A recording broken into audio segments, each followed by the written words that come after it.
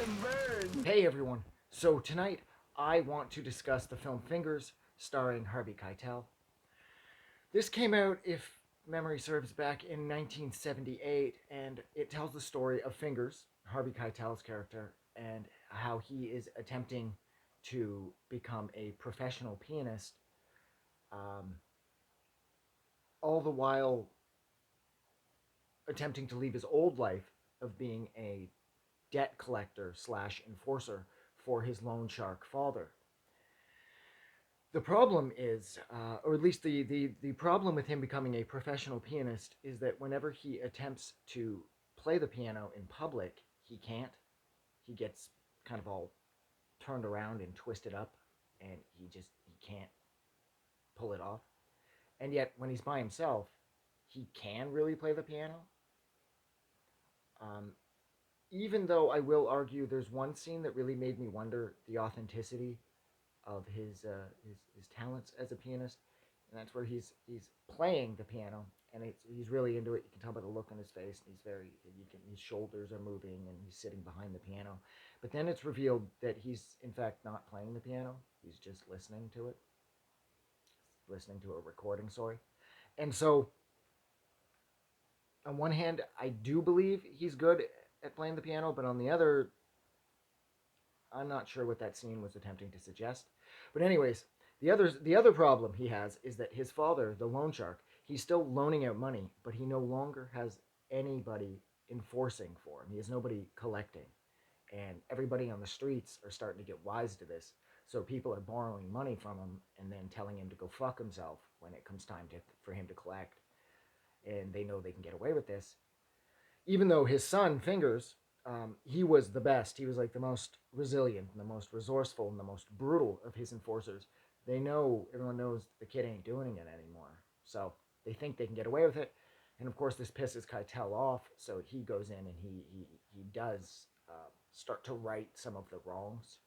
Well, now that I think about it, I probably shouldn't be saying righting wrongs concerning loan sharks because everything they do is wrong. But nonetheless, he starts to clean up some of the outstanding debts that are owed to his father, and it's shown how swift and how brutal he can be, and how casual he feels regarding the violence that he will employ, sorry, in order to achieve his goals of securing his father's reputation once again. And the other thing is that at one point he's at the doctor and he's discussing how his dick hurts, and I thought that was really funny because he bangs every chick he meets within minutes of meeting them. I mean, he nails the chick who was the Bond girl from A View to a Kill. Like he meets her, and then she goes into the girl's bathroom, and he follows her in, which totally shocks her. But then they have completely consensual sex up against the wall. Like now, see, it's a good thing that it's 1978 because back in 1978, if you did behave this way, your dick would just hurt. Because as of, 2022, well, several years before 2022, but as of 2022, if you decide to behave this way, your fucking dick is going to dissolve. So I guess there's a lesson in there or something. Don't stick your dick in every chick you meet because you may live to regret that. Um, so I thought that was kind of funny. I know it wasn't put in there as any sense of real comic relief, but I did find it really humorous. And so this goes on. He has a thing with Tisa Farrow. She's in the movie. You may know her from Lucio Fulci's Zombie.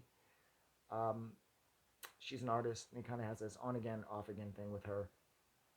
And what happens is there's a bigger gangster on the street who's played by Tony Sirico, who more famously known for playing Paulie from The Sopranos. He's borrowed a massive amount of money off of Finger's father, and he's straight up said, "I'm not giving you a dime. Go fuck yourself."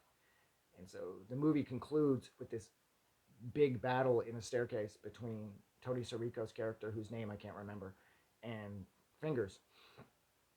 And Fingers destroys Tony Sirico's character. Like it's at a point where it looks like Sirico's going to take down Keitel, but then he turns it around and he just absolutely annihilates the gangster.